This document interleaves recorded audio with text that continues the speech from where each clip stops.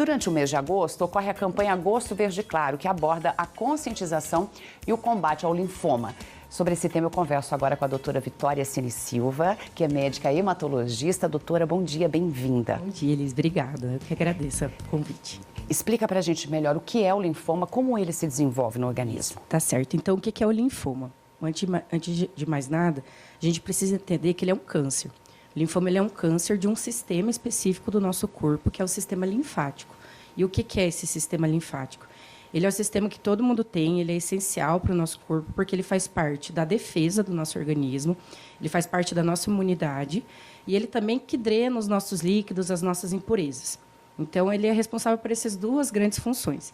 Quem faz parte do sistema linfático é as nossas ínguas, que são os linfonodos, então, aquelas ínguazinhas que a gente, às vezes, tem no pescoço, na axila, é sistema linfático. Os vasos linfáticos, que estão pelo corpo inteiro, fazem parte do sistema linfático, o baço, as amígdalas, todos esses órgãos são órgãos do sistema linfático.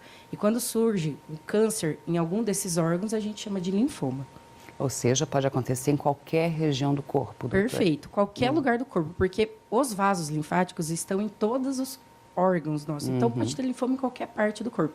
Ocorre principalmente nesses órgãos linfáticos, que são os linfonodos e o baço. Mas a gente pode ver linfoma em qualquer parte do corpo. Existe, doutora, uma causa específica para os linfomas ou fatores de risco? Então, na verdade, não tem muito fator de risco, não tem muita algo que predispõe à ocorrência do linfoma. O linfoma ele é um câncer genético, ele é uma alteração genética que, de forma aleatória, uma pessoa adquiriu essa mutação, essa alteração genética que faz surgir o linfoma. Pouco tem a ver com estilo de vida, com alimentação, com cigarro.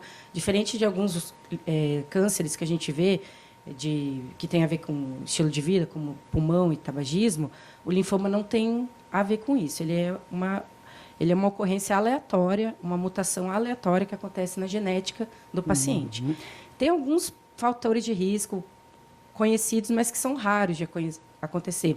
Por exemplo, exposição a benzeno, solvente, essas coisas podem predispor, mas é contato crônico, prolongado, de muito tempo, assim, muito presente. Pacientes também que já tiveram um histórico de usar quimioterapia, radioterapia por outros tipos de câncer no início da vida podem desenvolver linfoma. Então, você vê que são todos fatores de risco que alteram genética.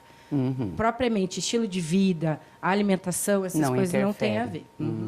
Quais os sinais de alerta ou sintomas de um linfoma? Isso. Então, o principal sinal e sintoma que a gente vê quando o paciente tem linfoma é o crescimento das ínguas, né? São essas bolinhas que podem aparecer em qualquer parte do corpo, ou no pescoço, ou na axila, na virilha, a gente tem bastante também. A gente tem que lembrar, para acalmar a população, assim, que ainda as principais causas de aumento dos linfonodos, o aparecimento de ínguas, são causas benignas. Uma dor de garganta, uma inflamação, uma dor de dente. Não é porque você tem uma íngua que você tem um linfoma, não precisa se preocupar. Exatamente, perfeito. Quando a gente começa a suspeitar de linfoma, quando ela não desaparece, quando ela vai crescendo, mesmo se já tendo feito algum tratamento, aí que a gente começa a suspeitar de linfoma. Outros sintomas que pode ter é febre, de maneira inexplicada, uma febre, ele é estranho, o paciente não tem nenhuma infecção urinária, então ele pode ter febre, pode perder peso, pode se sentir muito fraco, ele pode notar um aumento do suor de noite, que a gente chama de sudorese noturna. Então, é alguns sintomas inespecíficos, assim. E também pode ter aumento do baço, aumento desses órgãos linfáticos. Quais são, doutora, os exames, né, para identificar o linfoma? O diagnóstico do linfoma ele é feito só com a biópsia. Então, é tirar a íngua que está crescendo, tirar aquele órgão, aquela massa que está crescendo. Então, o diagnóstico de linfoma é biópsia. A gente também não tem um exame assim, de sangue, um exame de triagem para saber se é linfoma. É só pela biópsia. Por isso que é importante saber quando suspeitar do linfoma. Por isso também a importância desse mês, assim, para a gente levar a informação para a população.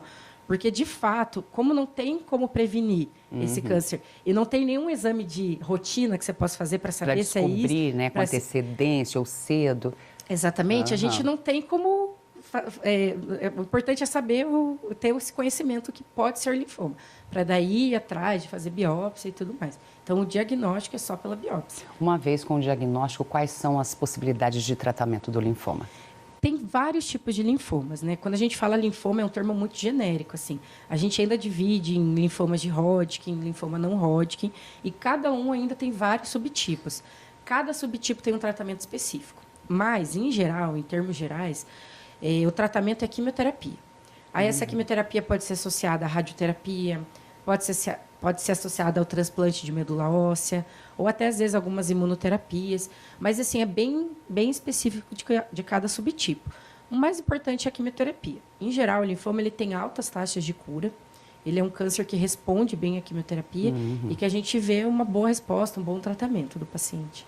Tá, e fica esse alerta, então, do Agosto Verde Claro, né? O mês de conscientização aí sobre o linfoma. Doutora, obrigada pelas informações. Quer passar a rede social? Fique à vontade. Sim, eu tenho meu Instagram, né? Vitória Ceni Silva, tá lá, pode me seguir. Venha mais vezes, Vitória. Obrigada, eu que agradeço.